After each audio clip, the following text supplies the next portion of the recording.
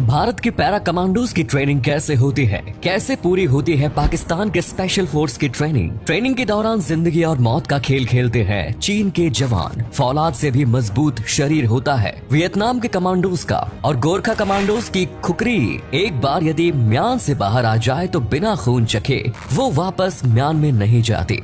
दुनिया के सभी देश अपने आप को शक्तिशाली बनाने के लिए एक मजबूत सेना का निर्माण करते हैं, और लगभग सभी देशों के पास एक स्पेशल फोर्स होती है जो हर परिस्थितियों से निपटने के लिए तैयार रहती है। इन स्पेशल फोर्स के कमांडोज की ट्रेनिंग बहुत ही मुश्किल होती है, जिसे सुनकर ही किसी की भी रूह कांप जाए। तभी तो 10,000 सैनिकों में से सिर्फ 100 जवान ही पैरा कमांडोज बन पाते हैं। आज हम आपको एशिया के अलग अलग देशों के कमांडोज की ट्रेनिंग के बारे में बताएंगे, बस आप वीडियो के आखिर तक हमारे साथ बने रहिए। Number 1, Indian special forces. Bharat की सबसे मजबूत फोर्स में गरुड़ कमांडोज को शामिल किया जाता है, लेकिन एक गरुड़ कमांडो बनना आपकी सोच से भी कहीं ज्यादा मुश्किल होता है। कई महीनों की ट्रेनिंग के बाद अंत में सैनिकों को 36 घंटे का एक स्पेशल ट्रेनिंग कैंप अटेंड करना होता है, जहां पैरा कमांडो बनने की उनकी असली परीक्षा की शुरुआत होती है। आपको बता दें कि पैरा कमांडोज के लिए कोई अलग से चयन नहीं किया जाता, बल्कि पहले से ही भारत की अलग अलग रेजिमेंट्स में मौजूद बहादुर सैनिकों का चयन पैरा कमांडोज के लिए किया जाता है, और अंत में 36 घंटों की ट्रेनिंग में जो सैनिक पास हो जाते हैं उन्हें ही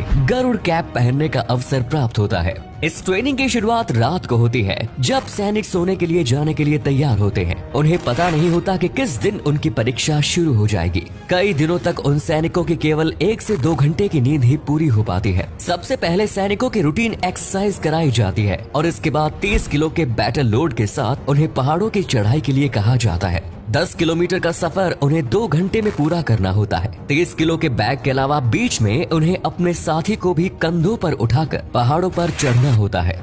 ऐसा इसलिए क्योंकि युद्ध के मैदान में सैनिक यदि घायल हो जाए तो उसके साथी उसे वापस बेस कैंप तक सुरक्षित ला सके। इसके बाद 1.18 किलोमीटर के ट्रैक के 3 राउंड सैनिकों को पूरे करने होते हैं। प्रत्येक राउंड में कुछ नया होता है और उनके कंधों का वजन बढ़ा दिया जाता है। पहले राउंड में 30 किलो का बैग, 20-20 लीटर की 2 पानी की कैन और हथियारों के साथ उन्हें दौड़ाया जाता है। दूसरे राउंड में ट्रक का 80 किलो का टायर लेकर उन्हें चक्कर पूरा करना होता है। तीसरे राउंड में 80 से 100 किलो वजन वाला लकड़ी का टुकड़ा उन्हें कंधों पर लेकर भागना होता है। हर राउंड को पूरा करने के लिए सैनिकों को 1 घंटे का समय दिया जाता है। इसके बाद सैनिकों को एक ठंडे पानी के टैंक में हाथ पैर बांधकर डाल दिया जाता है। टैंक की गहराई 12 फीट होती है। हाथ पैर बंधे होते हुए ही सैनिकों को तैरना होता है। सीनियर्स उन्हें पानी के नीचे धक्का देते हैं और केवल मामूली ऑक्सीजन ही उन्हें लेने देते हैं। अब तक सैनिकों की ट्रेनिंग के 14 घंटे बीत चुके होते हैं। अब उन्हें एक जूस पीने के लिए दिया जाता है, जो बॉडी को डिहाइड्रेट होने से बचाता है। इस जूस की बदबू और टेस्ट बहुत बेकार होता है, लेकिन नाक बंद करके जवान वो जूस पी जाते हैं। इसके बाद सैनिकों का एक रिटन टेस्ट होता है, जिसमें उनसे ऑपरेशन टेक्निक्स, ऑब्जर्वेशन स्किल्स और अन्य कई चीजों के बारे में पूछा जाता है। इतनी थकान के बाद कुछ भी लिखना सैनिकों के लिए बहुत मुश्किल होता है, और ये टेस्ट सबमिट करने के बाद एक मेडिकल टेस्ट होता है।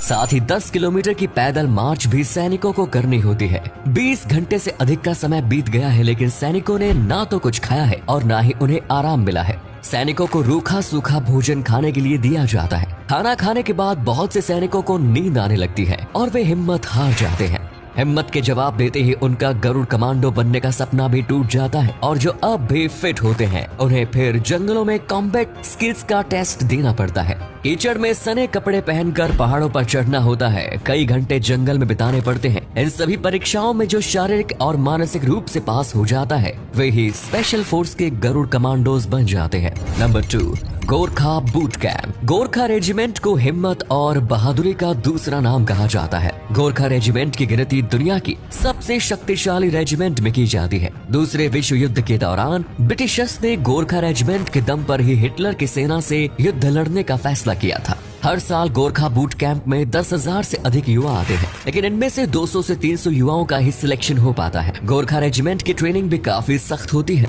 25 किलो का बैग लेकर इन्हें पहाड़ी इलाकों में रेस करनी होती है। कई बेसिक ट्रेनिंग का सामना करना पड़ता है। इनकी ट्रेनिंग करीब 42 हफ्तों तक चलती है, और इस ट्रेनिंग के बाद गोरखा के जवान दुश्मनों पर काल बनकर उतरने के लिए तैयार हो जाते हैं। गोरखा के जवान अपने साथ खुकरी रखते हैं और एक बार यदि म्यान से खुकरी बाहर आ जाए तो फिर दुश्मन का रक्त पीने के बाद ही ये वापस म्यान में रखी जाती है। यदि कोई युद्ध नहीं होता और म्यान से तलवार बाहर आ जाती है तो सैनिक अपने रक्त से खुकरी की प्यास बुझाता है, यानी रक्त का शगुन खुकरी के लिए जरूरी होता है। Number 3, people liberation army training camp, China. चीन के जवानों की ट्रेनिंग के बारे में सुनकर भी आपकी रूह कांप जाएगी। यहाँ पर जवानों की यूनिफॉर्म में गर्दन के पास पिन लगा दी जाती है, जिससे कि जवानों की गर्दन हर वक्त सीधी रहे, क्योंकि गर्दन के झुकते ही सुई उनके गले में चुभ जाएगी। ऐसा सैनिकों में अनुशासन लाने के लिए किया जाता है। इसके अलावा एक और खास बात जो सिर्फ चीन की आर्मी ट्रेनिंग में देखने को मिलती है वो ये कि यहाँ पर पासिंग द पार्सल नाम का एक खेल होता है और इस खेल में पार्सल के तौर पर एक जिंदा ग्रेनेड को पास किया जाता है। ये खेल अपने आप में किसी जंग से कम नहीं है। अंत में जिसके पास ग्रेनेड बचता है उससे सैनिक को इसे रिफ्यूज करना होता है, वरना वहाँ मौजूद सभी जवानों की जान जा सकती है। Number 4, Vietnam special forces training camp. Vietnam के सैनिक गुरिल्ला युद्ध में माहिर होते हैं और यहाँ के सैनिकों की बहादुरी का अंदाजा आप इसी बात से लगा सकते हैं कि कई सालों की मेहनत के बाद भी वियतनाम वॉर के दौरान अमेरिका जैसा देश छोटे से वियतनाम देश का कुछ बिगाड़ नहीं पाया। वियतनाम के स्पेशल फोर्स की ट्रेनिंग कमाल की होती है। कांटों पर नंगे पैर इन्हें चलाया जाता है। भले ही जवानों के पैर से खून बह रहा हो, लेकिन उनके मुंह से उफ की आवाज तक नहीं आती। इसके बाद कांटों के ढेर पर उन्हें जवानों को लेटा दिया जाता है और उसके ऊपर से अन्य जवान पैर रखकर निकलते हैं। वियतनाम के स्पेशल फोर्स के जवानों को शारीरिक रूप से बहुत मजबूत बना दिया जाता है। उनके शरीर के ऊपर ईंटें रखकर हथौड़े की मदद से इन्हें तोड़ा जाता है। अलग अलग पार्ट्स पर ये पत्थर रखे जाते हैं। कीलों पर पीठ के बल लिटाकर सीने पर एक बड़ा पत्थर का टुकड़ा रखा जाता है। पीठ लहूलुहान भी हो जाती है और खून लगातार बह रहा होता है। धार चाकू को ऊंचाई से सैनिकों के ऊपर छोड़ा जाता है। गर्दन से लोहे का सरिया ये जवान मोड़ देते हैं, यानी कुल मिलाकर इनका शरीर हर तरह से फौलादी बन जाता है। Number 5, special service group SSG, Pakistan. Pakistan को अब तक भले ही सभी युद्ध में भारत से हार का सामना करना पड़ा हो, लेकिन इस देश के सैनिकों को कमतर नहीं आंका जा सकता। इनकी ट्रेनिंग भी काफी दमदार होती है। 12 घंटे के भीतर सैनिकों को 36 मील का सफर तय करना पड़ता है और अतिरिक्त 50 मिनट में 5 मील का सफर भी सैनिकों को तय करना पड़ता है। हर प्रकार के हथियार चलाने की ट्रेनिंग पाकिस्तान की स्पेशल फोर्स के जवानों को दी जाती है। जंगल, पहाड़, नदी, रेगिस्तान, बर्फ जैसी हर परिस्थितियों का सामना करने के लिए जवानों को तैयार किया जाता है। जवानों को ट्रेनिंग के दौरान काफी समय तक भूखा भी रखा जाता है, जिससे कि युद्ध के समय बिना कुछ खाए पिए भी वो अधिक समय तक अपने देश की रक्षा करते रहे। तो दोस्तों, आपने देखा कि आखिर किस तरह स्पेशल फोर्सेस के जवानों और कमांडोज की ट्रेनिंग पूरी होती है। आज हमारे देश के जवान सीमा पर खड़े होकर रक्षा कर रहे हैं, तभी तो आप और हम आराम से चैन की नींद सो पाते हैं। उम्मीद करते हैं कि आपको ये सभी जानकारियाँ अच्छी लगी होंगी। आपको कौन से देश के कमांडोज की ट्रेनिंग सबसे ज्यादा मुश्किल लगी, कमेंट्स में जरूर बताइए। आज के लिए इतना ही, धन्यवाद।